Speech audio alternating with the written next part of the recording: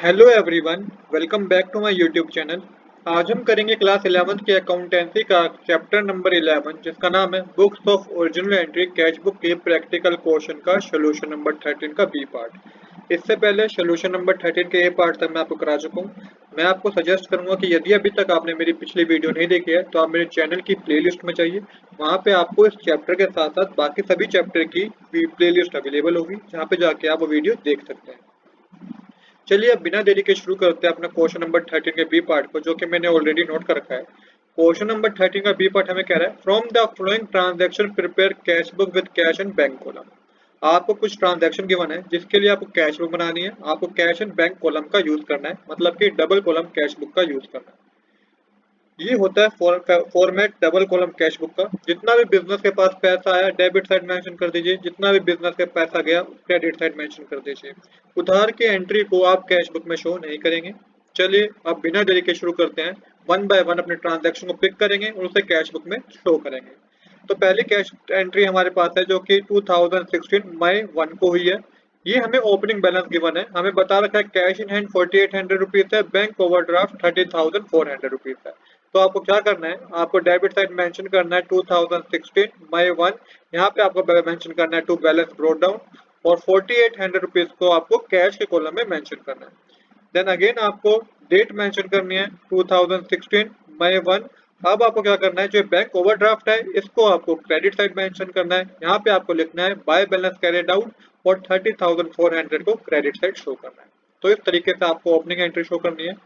इसके बाद next transaction हमें गिवन है फ्रेश कैपिटल इंट्रोड्यूस 20,000 रुपीज। तो मतलब कि बिजनेस के पास पैसा आया है और कैपिटल आई है। एंट्री होती है cash account debit to capital account. Cash account debit हुआ है इसलिए डेबिट साइड ये एंट्री आएगी, और अपोजिट अकाउंट आएगा। तो यहाँ पे डेट मेंशन कीजिए मई 2, और यहाँ पे मेंशन कीजिएगा टू कैपिटल अकाउंट 20,000 को आप कैश के कॉलम में मेंशन कीजिए। आई होप आपको सेकंड ट्रांजैक्शन में भी कोई डाउट नहीं होगा।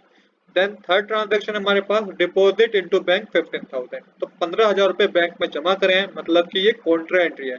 इसका इम्पैक्ट डेबिट साइड भी होगा और क्रेडिट साइड भी होगा।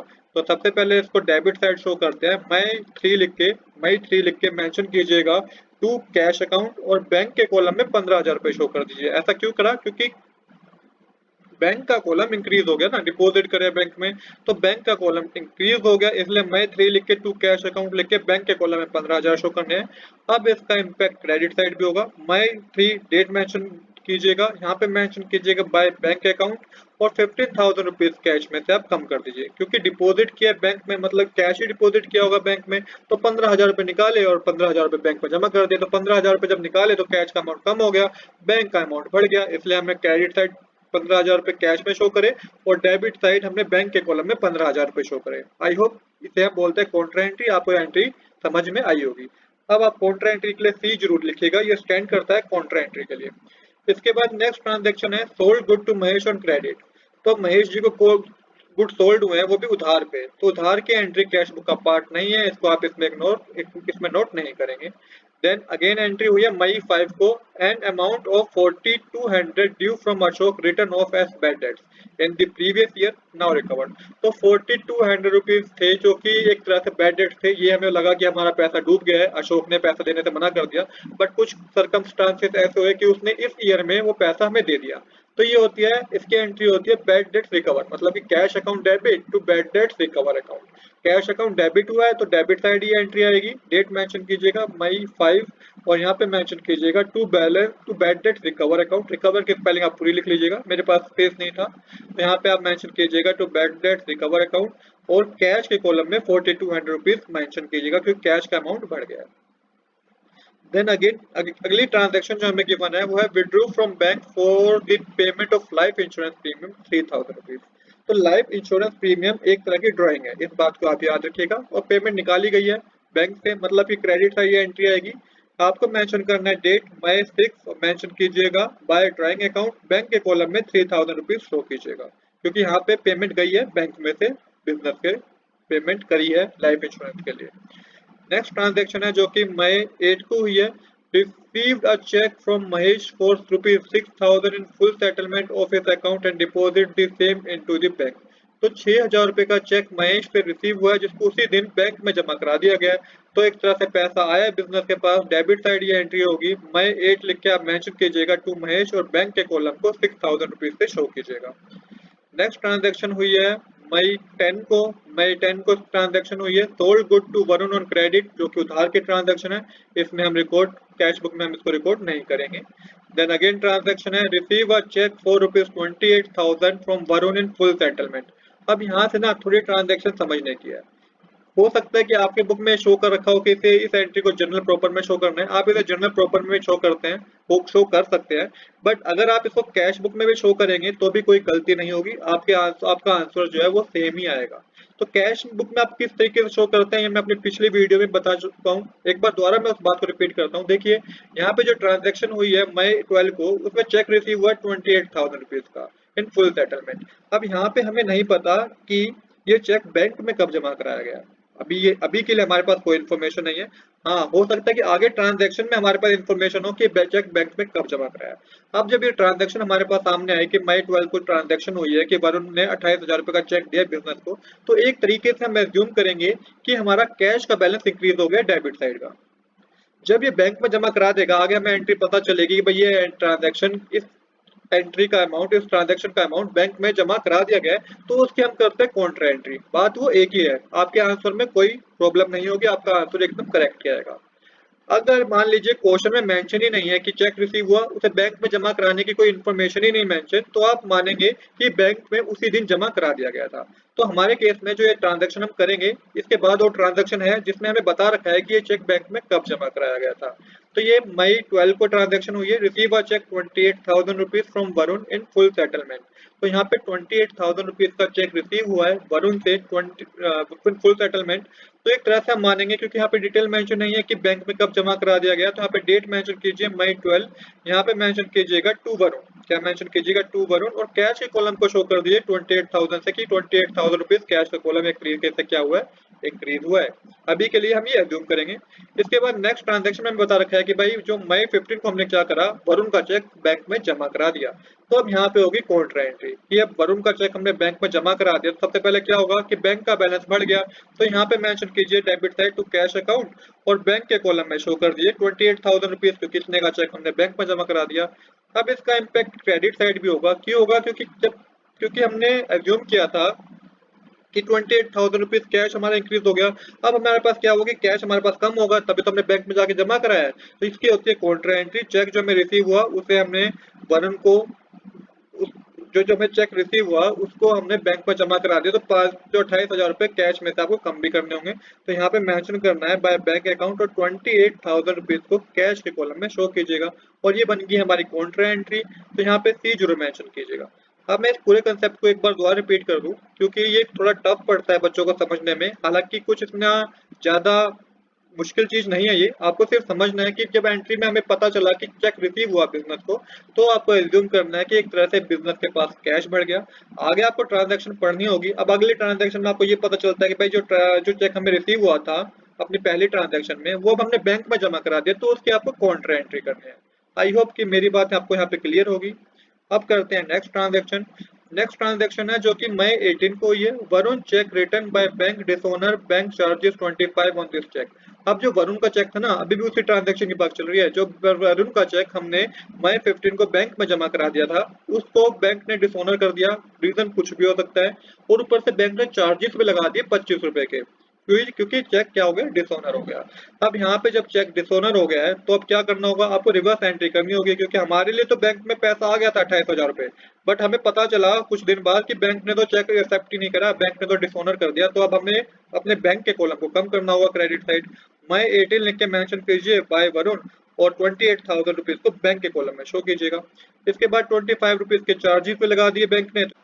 अब क्या हुआ कि बैंक ने चार्जेस भी लगाए हैं 25 रुपीज के, तो ये भी आपको क्रेडिट साइड ही नोट करना है। डेट मेंशन कीजिए मई 18, मेंशन कीजिएगा बाय चार्जेस अकाउंट, और 25 रुपीज को बैंक के कॉलम में आप शो कीजिएगा। इसके बाद नेक्स्ट ट्रांजैक्शन हमें गिवन है receive a cheque of ₹6800 from Vijay which was endorsed to Amit Raj of 23 of May. ये एंट्री भी आप जर्नल प्रॉपर में दिखा सकते हैं, बट आप अगर इसको कैश बुक में दिखाएंगे तभी भी कोई गलती नहीं है, आपका आंसर सेम ही आएगा। आप इसको कैश बुक में किस तरीके से दिखाएंगे, क्योंकि ये एंट्री हम कैश बुक में शो कर सकते हैं। जब मेरे को अकाउंटिंग सिखाई थी मेरे टीचर ने, तो मुझे भी इस तरीके से सिखाई गई थी कि आप इसको जर्नल प्रॉपर में शो करने से अच्छा है आप इसको कैश बुक में शो कर दें, ये आपको ज़्यादा इजी पड़ेगा। चलिए अब इसको यहाँ पे शो करते हैं, यहाँ पे मेंशन करें May 20। अब चेक रिसीव हुआ है 6800 का, कोई इन्फॉर्मेशन नहीं है कि बैंक में कब जमा कराया, तो वही एज्यूम करेंगे आप कि एक तरीके से हमारे पास क्या हो गया, कैश इंक्रीज हो गया। मेंशन करेंगे टू विजय और कैश के कॉलम में आप 6800 मेंशन करेंगे, क्योंकि अभी कोई इन्फॉर्मेशन नहीं है कि बैंक में कब जमा करा दिया। बट यहाँ पे आपको इसी ट्रांजेक्शन को पढ़ के पता चल रहा है कि भाई सेम चेक को हमने एंडोर्स कर दिया अमृत राज को। हमने सेम जो हमें चेक मिला 6800 का, उसे हमने अमृत राज को एंडोर्स कर दिया, जो कि हमें उसको पेमेंट करनी होगी, तो हमने ये चेक उसी को दे दिया। तो यहाँ पे आप मेंशन करेंगे क्रेडिट साइड, ये एंट्री क्रेडिट साइड मेंशन करेंगे May 23 लिखेंगे, क्योंकि 23 मई को करा है, और यहाँ पे मेंशन करेंगे बाय अमृत राज, और कैश के कॉलम को ही 6800 से शो करेंगे, क्योंकि जब हमने एज्यूम किया था तो हमने कैश के कॉलम के माना था कि 6800 से बढ़ गया। अब हमने वो चेक एंडोर्स कर दिया तो कैश का कॉलम हमारे पास कम हो जाएगा। आई होप आपको यहाँ तक कोई डाउट नहीं होगा। इसके बाद जो नेक्स्ट ट्रांजैक्शन है हमें, जो कि मई 25 को हुई है, withdraw cash from bank 5000 for paying gift to his daughter on her birthday. तो एक तरह से ड्राइंग हो गई है, तो ड्राइंग हो गया तो ये आपको एंट्री करनी है क्रेडिट साइड, क्योंकि पैसा तो बैंक से विड्रॉ हुआ है। मेंशन कीजिएगा May 25 बाय ड्राइंग अकाउंट, और 5000 को आप बैंक के कॉलम में शो कीजिएगा। नेक्स्ट ट्रांजैक्शन है जो कि हुई है May 26 को, boat good from Gupta general store for 10,000 on credit, they allow us trade discount of 25%। Credit की बात हो रही है, कैश बुक में आने का कोई सवाल ही पैदा नहीं होता है इसका, तो आप इसको पूरा इग्नोर कीजिएगा। इसके बाद नेक्स्ट ट्रांजैक्शन है जो कि May 28 को हुई है, pay to Gupta general store in cash in full settlement. तो यहाँ पे पेमेंट गई है बिजनेस के पास से 7,000 रुपये, तो यहाँ पे आपको क्रेडिट साइड ये एंट्री करनी है, May 20 लिख के मेंशन कीजिए बाय गुप्ता स्टोर, और कैश के कॉलम में शो कर दीजिए 7,000 रुपीज, क्योंकि 7,000 रुपीज की हमने पेमेंट करी है। नेक्स्ट ट्रांजैक्शन है sale of old machinery, payment receive in cash 7700। तो ओल्ड मशीनरी को बेच के पेमेंट रिसीव हुई है 7700 रुपीज की। डेट मेंशन कीजिए क्रेडिट डेबिट साइड May 28, क्योंकि पेमेंट आई है बिजनेस के पास। यहाँ मेंशन कीजिएगा टू मशीनरी अकाउंट, और 7700 रुपीज को कैश के कॉलम में शो कीजिएगा। इसके बाद नेक्स्ट ट्रांजैक्शन है जो कि है paid salary by cheque 1500 rupees, paid rent in cash 2200 rupees. Cheque के थ्रू सैलरी दी गई है और रेंट पे किया गया कैश में। तो दो बातें हैं यहाँ पे, तो पहले आप क्रेडिट साइड की एंट्री आएगी दोनों, क्योंकि दोनों में पेमेंट गई है बिजनेस के पास से। डेट लिखिए May 30, मेंशन कीजिएगा बाय सैलरी अकाउंट, और 1500 रुपये को बैंक के कॉलम में मेंशन कीजिए। देन अगेन आपको डेट मेंशन करनी है May 30, यहाँ पे मेंशन कीजिए बाय रेंट अकाउंट, और 2200 रुपीज को कैश के कॉलम में मेंशन कीजिएगा, क्योंकि यहाँ पे कैश की बात हो रही थी, रेंट हमने कैश से पे करा है और सैलरी हमने चेक के थ्रू पे करी है, इसलिए आपको इस तरीके से बैंक के कॉलम में 1500 और कैश के कॉलम में 2200 रुपीज थ्रो करने होंगे। अब करते हैं लास्ट ट्रांजैक्शन, जो कि बहुत इंपॉर्टेंट है और समझने वाली भी है। Paid into current account the entire balance after retaining 5000 at office. तो कह दिया कि सारा कैश का बैलेंस ना, जितना भी कैश का बैलेंस था उसे बैंक में जमा करा दिया गया है 5,000 रुपए को छोड़ के। तो ये 5,000 रुपए जो है, ये 5,000 रुपीज आपको एक तरह से बैलेंसिंग दे रखी है कैश अकाउंट की क्रेडिट साइड। तो यहाँ पे मेंशन कीजिएगा May 31 to by balance carry down, और 5,000 रुपए को कैश के कॉलम में, 5,000 रुपीज को कैश के कॉलम में मेंशन कर लीजिएगा। अब करना है आपको ये अमाउंट पता करना है कि भाई कितना पैसा कैश से निकल कर बैंक में जमा करा दिया गया। तो सबसे पहले डेबिट साइड का कैश का टोटल कीजिएगा, ये आपके पास आएगा 71,500। अब आपको कैश का टोटल करना है, जो भी आपका कैश का कॉलम है क्रेडिट साइड का, इसका टोटल करना है, ये आपके पास आएगा 64,000। अब जब आप 71,500 में से 64,000 को माइनस करेंगे तो आपको वो अमाउंट पता चलेगा जितना अमाउंट कैश से निकाल कर हमने बैंक में जमा करा दिया है। तो ये आपको यहाँ पे मेंशन करना होगा May 30 बाय बैंक अकाउंट, और कैश के कॉलम में से जो अमाउंट कैलकुलेट होकर आएगा, मतलब माइनस होकर आएगा 71,500 में से 64,000 माइनस करेंगे तो वो अमाउंट होगा 7,500 रुपीज। अब इसकी कॉन्ट्रा एंट्री होगी, मतलब ये एंट्री डेबिट साइड भी आएगी क्योंकि ऐसा बैंक में जमा करा दिया गया है। तो May 31 लिख के मेंशन कीजिए टू कैश अकाउंट, और अमाउंट को 7500 को बैंक के कॉलम में शो कीजिएगा। कॉन्ट्रा एंट्री के लिए भी आप मेंशन कर दीजिएगा। तो यहाँ पे हमारी कैश अकाउंट का हमें बैलेंस पता चल गया कि कितना अमाउंट निकाल कर हमने बैंक में जमा करा दिया। अब हमें बैलेंसिंग करनी है बैंक की, तो बैंक की बैलेंसिंग डेबिट साइड होगी, बैंक कॉलम की बैलेंसिंग। तो क्रेडिट साइड का जो टोटल है वो है 67,925। अगर आप क्रेडिट साइड के बैंक कॉलम का टोटल करेंगे तो 67,925 आएगा। डेबिट साइड के बैंक का कॉलम का टोटल करने पे आपके पास जो अमाउंट आएगा वो 56,500 रुपीज होगा।